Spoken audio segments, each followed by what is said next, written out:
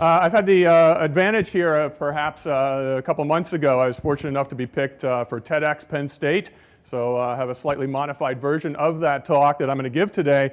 In that talk, I focus mainly on the disruption that's going on thanks to additive, but being at a simulation and CAD conference here, we're going to talk about how that's really disrupting design for additive manufacturing and those sorts of things. So to kick off, simple question, why are holes circular? Is this the most efficient use of material? Is this the way nature intended? No, it's because this is how we're used to making them. We've been making them for 100 years. It's cheapest, fastest, quickest to drill a circular hole. Holes don't have to be circular anymore, and I think that's probably one of the key things, watching people's minds blow. What do you mean they don't have to be circular? Well, we can still print circular holes, but you can print all sorts of different geometries now. We've talked about complexity and free and those sorts of things. If you're not familiar, this is actually printing I'll show you the part in just a second. This is a directed energy deposition process. There's two primary metal processes out there now that are generating probably the most interest for direct part manufacturing. DED, directed energy deposition. You have a laser, you turn it on, and you're blowing powder in there, creates a melt pool, solidifies, and you move the part underneath, and you can build that up. Some cool capabilities with that, because you're feeding powder in, you can actually now mix materials together. You can change alloys on the fly. This particular wheel component here, printed in our lab almost 10 years ago now by Rich Martikanitz and his team in the Applied Research Lab. Stainless steel base, or a carbon steel base to a stainless steel, couple more transition layers up to a nickel bronze alloy. So now you can get corrosion resistance here, fatigue properties there, better hardness there, all in a single component. So first challenge for you on the design side out there, how do you design that single component in your CAD system that has multiple materials? How are you going to analyze that in your finite element analysis? Even worse, now that we can print it, how are you going to certify that you got the right alloy and the microstructure at the right place? This is sort of what's causing both the excitement and companies to sort of freak out a little bit about where are we going with additive. Here's our upright. I couldn't ask for a better segue. Thank you for the setup there. This is a upright. Ours not nearly as cool as the lattice structure, but this was designed 3 years ago. Vincent Moran and my colleague Todd Palmer doing topology optimization, SolidWorks, and TopOpt, a free software that's out there. And in order to, and I would just have this example, is great because as you can see, we still have circular holes on this. Why? Because it has to connect to the frame. It has to get bolted on and those sorts of things. But in order to actually make this component in this orientation, you have to print this component. And so you can see the red and the yellow there are all the support structures which take material. And in a powder bed process, you're working with a single material. In this case, it's titanium. So now not only is the part, the gray, printed in titanium, but all those support structures are. And so this actually is about a 54-hour build, again, in this orientation. Cost about, the powder consumed there is about $2,000, probably close to $80,000 of powder to fill up the hopper and everything. But of that, your 54 hours, 30 hours are to build the supports. And of the $2,000, $1,500 is in the supports. So half of your build time and 2/3 of your cost end up as scrap on the floor because you've got 21st century technology, amazingly precise, that's making this. And then as Corey Dickman, our staff engineer, says, you go caveman on it, literally throw it in a vise, hack, grind, cut, remove this away, and that ends up as scrap on the floor. Why is this? Because a lot of our tools, our simulation models, the design workflow that we have is now the bottleneck in our system. All this design freedom, all of these things that we would love to be able to teach students to do and all of this, we had those students here, luckily they're very, they don't know what they can't do. So he was able to cobble together 4 or 5 different software packages to be able to design this. How do we integrate, pull all those things together, be able to do great designs and great geometries? So if you do know what you're doing, though, you can create some very nice, very elegant designs. And so this is a cool picture of a lattice structure that we printed, Inconel 718, oil and gas application in particular. And so what this enabled us to do was to lightweight these structures. Removed, and originally these were cast and machined. There's some intricate internal passageways there that as these spin, they pump fluid up or pump fluid down. Originally each component weighs about 10 pounds, now it weighs about 6 pounds, so you've saved about 40% by using that lattice structure. Still 10,000 PSI on these. They're getting tested this week finally. As part of that, we're crossing our fingers that they won't explode or anything. But the cool thing about this is because of the lattice structure, A, less print time, and B, less material, which now allows a material substitution. And so instead of using the previous material, now they can upgrade to a better material, which gives them better life, better downhole time, even aftermarket opportunities there, because you can 3D print it more efficiently, more effectively out of a different material. So it's changing not only the design side, but also the material freedoms that are available to us within additive manufacturing. Take that lattice and shrink it down very, very small. This particular one may look like a bowling ball to some of you, but it's not. This is a titanium hip implant. So we actually worked on this with a company 5 years ago now, Pipeline Orthopedic. First FDA-approved 3D printed titanium hip implant. And I don't have this with me because that's actually in somebody right now. All right, maybe not the one we were handling and everything, but they are 3D printing this. And so the lattice structure here, which is so small you can't see, the benefit, sure, it's lighter weight and all of these sort of capabilities, but osseointegration, basically when that gets installed in you and screwed in, yes, still we have circular holes because we're going to screw it and bolt it in. We may be moving away from that here very soon, but now your bone and tissue and blood vessels grow quicker.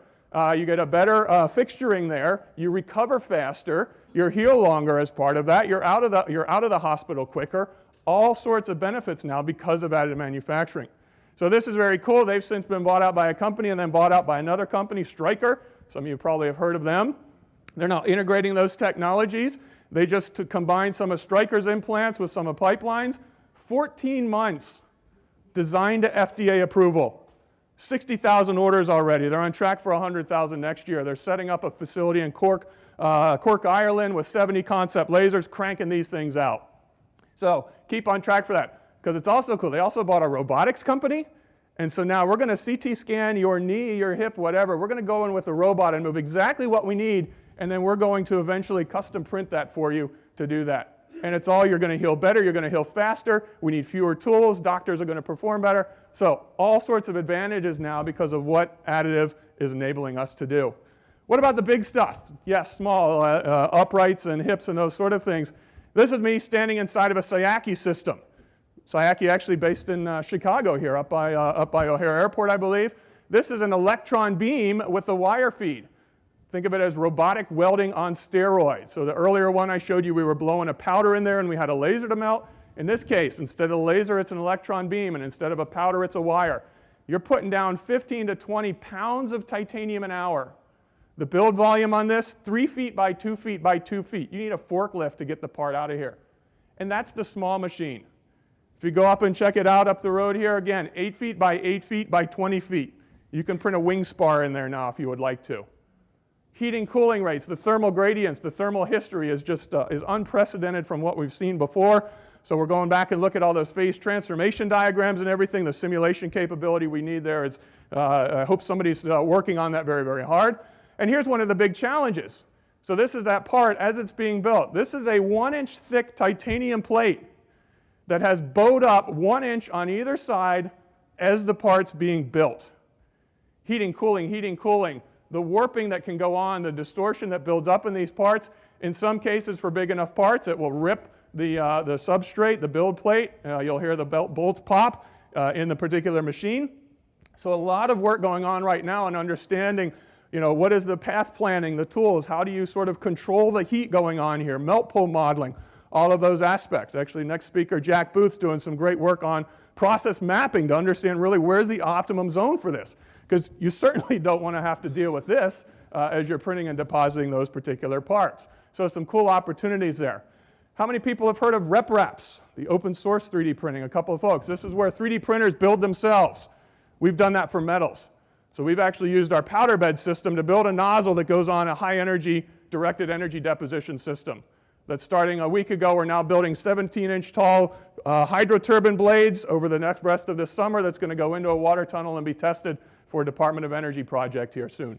The opportunities are huge. The original cladding head that we had on there, though, was not designed very well. Again, you've got screws here, you've got circular holes because of the components you need to screw into.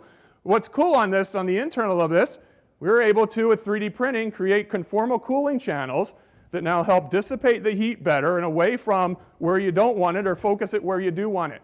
And so this particular component was printed on a powder bed. That's what the inside looks like. And then we've got a cladding group right down to the end of the hall, cladded it up, and now it's sitting in operation on a high-powered laser deposition system in our lab. So actually using additive to create better components for our additive machines. So the idea of heat transfer, cooling efficiency is very, very critical. Many, many industries. This is actually a heat exchanger project we've been working on with Steve Lynch, a new colleague of mine there, Excel Lab. So this is actually 3D printed, 2 of these guys out of aluminum. We tested these, went apples to apples with the commercial version of this, and it's 15% more efficient, but you end up with much more pressure drop. Well, now we're in the process of redesigning this, so the surface finish gives you the added heat transfer, but it increases your pressure drop. So we're in the process now of redesigning this for additive. I think that's one of the biggest things a couple of the speakers this morning hit on that, right? If you just take your current part and 3D print it, there's not a whole hell of a lot of advantage for you. It may be faster, but it ain't going to be cheaper. It ain't going to be better. It's going to perform the same because you haven't designed it for additive, okay? But every company out there wants apples to apples comparisons before they start willing to think about bananas and oranges when they recognize maybe actually we really needed broccoli or asparagus and something very different. So additive is changing how we need to think and how we approach this. So segue for just a minute here. How do we know that this is the same as the commercial version? Well, we're actually working with the company, gave us permission to do this. We have a CT scanner. So I throw it in the CT scanner, I spin it around, I get 3,000 images, I got 50 gig of data. Now I have a complete digital model of that part. I can turn around in the next room, click that file up, hit print, and I have the exact replica of that part. That should scare the hell out of people in here, in particular, where was our IP question earlier this morning? I can now take this, the digital file. How do I copyright that? You can't patent a CAD file. What are you going to do with that? So how do you copyright and the implications there? We're going to see a whole host of ethical and IP challenges coming up here very soon, and some of the law firms are certainly starting to get in on that. So in terms of that, I found this information, this data, Department of Homeland Security. Now we're working with digital files, digital manufacturing. You know, the machinist working there on a mill or a lathe isn't necessarily worried about being hacked. But now as you're 3D printing your part, do you need to be? Turns out over 2015, manufacturing was leading in terms of number of cyber attacks. Although I guess with the latest malware going around, perhaps this will change. But anyway, you know, groups like IT and nuclear and healthcare, you know, they're certainly used to worrying about this. There's cyber security and those sorts of things. But manufacturing, we're not used to worrying about this. I go off my 2D blueprint and create parts from there and whatnot. So there's some cool work going on now in terms of how do you anti-counterfeit parts. We've been working with Sharon Flank at Infotrack. So these 3 components here, can you tell which one's the real one? Looking at it, no you can't, but you throw it in an X-ray scanner or CT, and you can now create a tag inside a part. So a titanium part that has been tagged with a specific a different material that shows up when you scan it. And so now you can prove that this part is what it is. How do we design that? How do we actually create that? Where do we know how to put it? The best analogy that I have right now is Minecraft. How many people are familiar with that or have kids that play that? Mine will sit on this for hours. Are you going to design an airplane component one block at a time? No, you're not. For those of you not familiar with Minecraft, essentially you go and you grab one block. This is wood, this is grass, this is something else, etc. And you build up these elaborate worlds. How do they learn to build these? They watch YouTube videos of kids playing Minecraft to learn how to build structures. Minecraft has physics in it. And then, they actually work and do those things. It'll be interesting to see. Microsoft bought Minecraft recently. They're part of the 3MF consortium. So let's see what happens. Meanwhile, those of you at Dassault SolidWorks, perhaps look here for inspiration. Talk to your kids and see what they like and don't like about this capability. You also have a lot of lead users out there that are doing cool things in terms of cybersecurity and whatnot. CalRAM out on the West Coast. They've been 3D printing parts. These are all electron beam system, RCAM, now part of GE. They've been doing some cool things using blockchain. So the same technology that secures Bitcoin and makes it what it is, they are tagging and working with the firm now to tag start to finish blockchain so that every part is uniquely characterized, traceable. So the whole field of data rights managed, provenance, those sorts of things. Talk to folks like CalRAM that are out there. They've been doing this. They're seeing the challenges and coming up with solutions for you. Meanwhile, you've got cool firms like Morph 3D, also out in California in the space industry. They're putting design right next to manufacturing. So on the other side of the wall, you've got your 3D printers. But their take is we're going to bring Boeing, Raytheon, SpaceX are right next door. Come on over and hang out with us, and we're going to teach you how to design differently and think differently. They're getting ready to fly components into space within the coming year. This particular one that I saw when I was visiting with Ivan and Melissa, actually the traditional components broke before the 3D printed components in the test rig. So in terms of the properties, failure rates, et cetera, we're doing very, very well with these if you know how to treat them, how to make them, post-process, et cetera. Again, sort of the process maps that we're going to hear a little about later on this morning. So what about the traditional folks that are out there? The question earlier, this is additive's not going to replace CNC, casting, forging. Every sort of process has its way.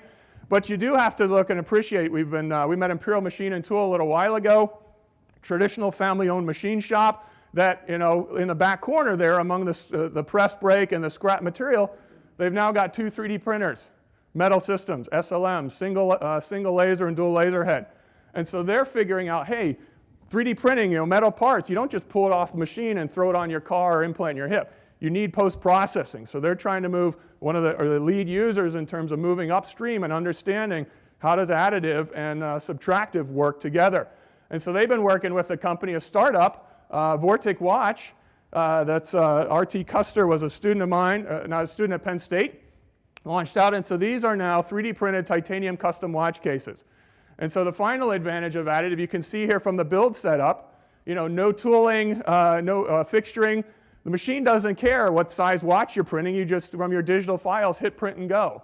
And now you've got 2 lasers. There's machines with 4 lasers, et cetera. So it's getting faster. It's getting cheaper. But now, in terms of being able to do custom products and custom offerings, the economics are finally there. In many ways, we now have economies of one thanks to additive manufacturing compared to the usual economies of scale. So keep an eye on that. When it's all said and done, beautiful, nice watch that they are selling and retailing on their website for a couple $1,000s. So these things are not cheap, but it's an old pocket watch that's part of that. They take the guts out, assemble it. Initially, they were working with X1 doing binder jetting. Now they're working with powder bed fusion processes as part of that. And so, a watch still looks like a watch, though, because of all the guts and the things on the inside. And so it's just a matter of time before that starts to change, because now that with design is no longer limited by what we can make, it's only limited by our imagination. So thank you very much.